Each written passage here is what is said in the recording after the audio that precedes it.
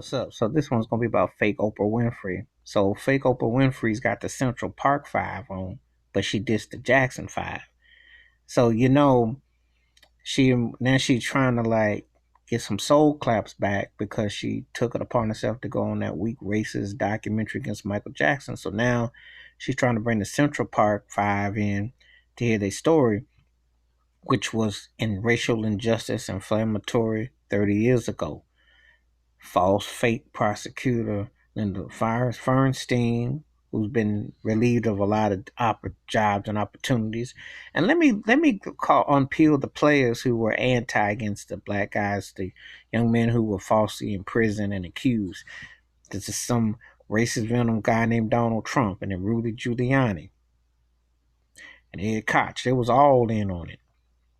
No one has come off and said we are sorry for falsely accusing these five African American men about this and their stories. And even though Netflix is doing the service, it's a painful reminder 30 years ago was not that far ago.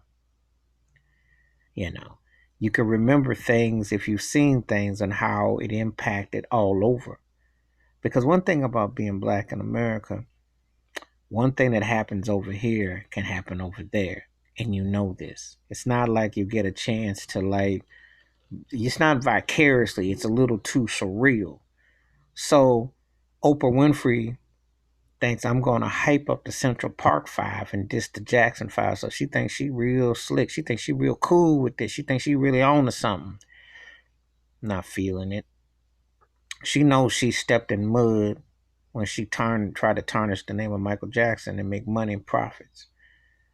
It's like she's had a platform to speak out about racism and on the grand levels of what is how things have occurred.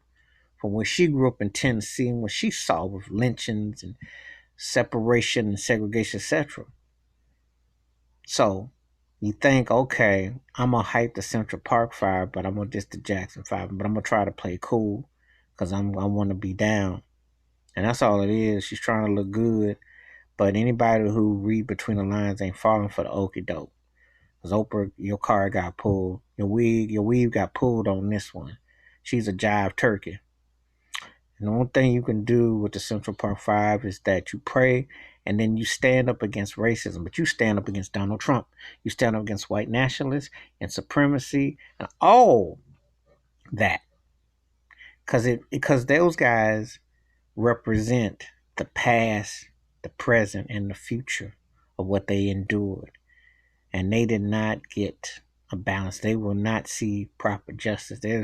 They deserve more than 40 acres and a mule and apology. And there's a certain guy named Trump. He need to humble himself and come correct with what he said because he was real reckless about talking about turning on the stove on them guys. But I'm not feeling Oprah at all trying to like, she's trying to dap up the Central Park Five that she dissed the Jackson Five and she know what she did. So you better keep your eye on it because this just goes to show you can be a turncoat, but when it backfires, now you're trying to come back home and play all nicey. I ain't feeling it. Don't trust Oprah.